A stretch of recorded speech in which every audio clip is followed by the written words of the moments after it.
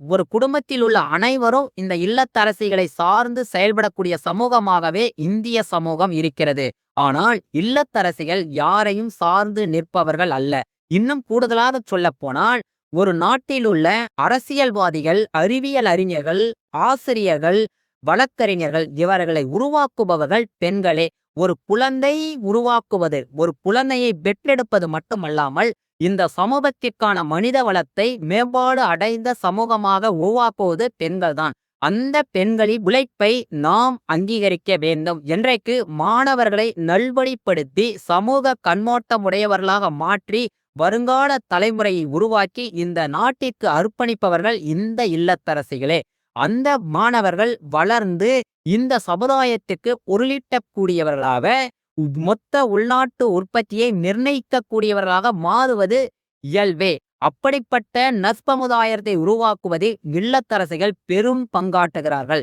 எனவே அவர்களின் உழைப்பை அங்கீகரிக்க வேண்டியது நம் ஒவ்வொருவருடைய கடமையாகும். நீதியரசர்கள் என்ன சொல்லியிருந்தாங்கன்னா, அந்த காப்பீட்டு நிறுவனம் என்ன செய்யணும் அப்படின்னா, அந்த பெண்களின் உழைப்பை, இல்லத்தரசிகளின் உழைப்பை மதித்து அவர்களுக்கு மாதந்தோறும் 30,000 ரூபாய் வழங்க வேண்டும் என்றும், அவர்களுக்கு 3 ஆண்டுகளுக்கு ஒரு முறை அந்த ஊதியத்துல 10% கூடுதலாக வழங்கணும். அப்ப 3,000 ரூபாய் உயர்த்தி வழங்க வேண்டும் என்றும் சொல்லி 62,77,000 ரூபாய் இழப்பீட்டு தொகையை பிக்ஸ் பண்ணி நீதியரசர் தீர்ப்பு வெளியிட்டிருக்காங்க.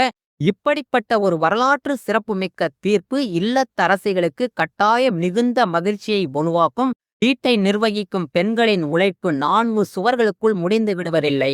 வருங்கால தலைமுறையினரை வளர்த்தெடுப்பதிலும் ஒரு சிறந்த மனித வளத்தை உருவாக்குவதிலும் அவர்களுடைய பங்கு அளப்பரியது. வெறுமனே அவர்களை இல்லத்தரசிகள் என்று சொல்வதை விட இந்த தேசத்தை நிர்மாணிப்பவர்கள் என்று சொல்லுவது சாலச் சிறந்தது.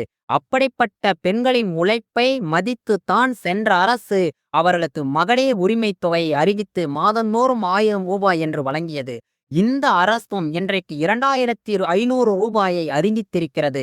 கண்ணுக்கு தெரியாத அவர்களின் உழைப்பே தேச வளர்ச்சிக்கான உழைப்பு. அவர்களின் உழைப்பை அங்கீகரிப்போம், இல்லத்தரசிகளை போற்றுவோம், நாம் அவர்களுக்கு உரிய அங்கீகாரத்தை வழங்குவோம் என்று சொல்லி இந்த வீடியோவை இத்துடன் நிறைவு செய்கிறேன். இது போன்ற அரிய தகவல்களை தொடர்ந்து நீங்கள் தெரிந்து கொள்ள நமது ஆடம் லைஃப் யூடியூப் சேனலை சப்ஸ்கிரைப் செய்து பாருங்கள்.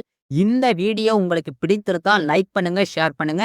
இந்த வீடியோ குறித்த கருத்துக்களை கமெண்ட் பாக்ஸ்ல கமெண்ட் பண்ணுங்க. நன்றி தோழர்களே.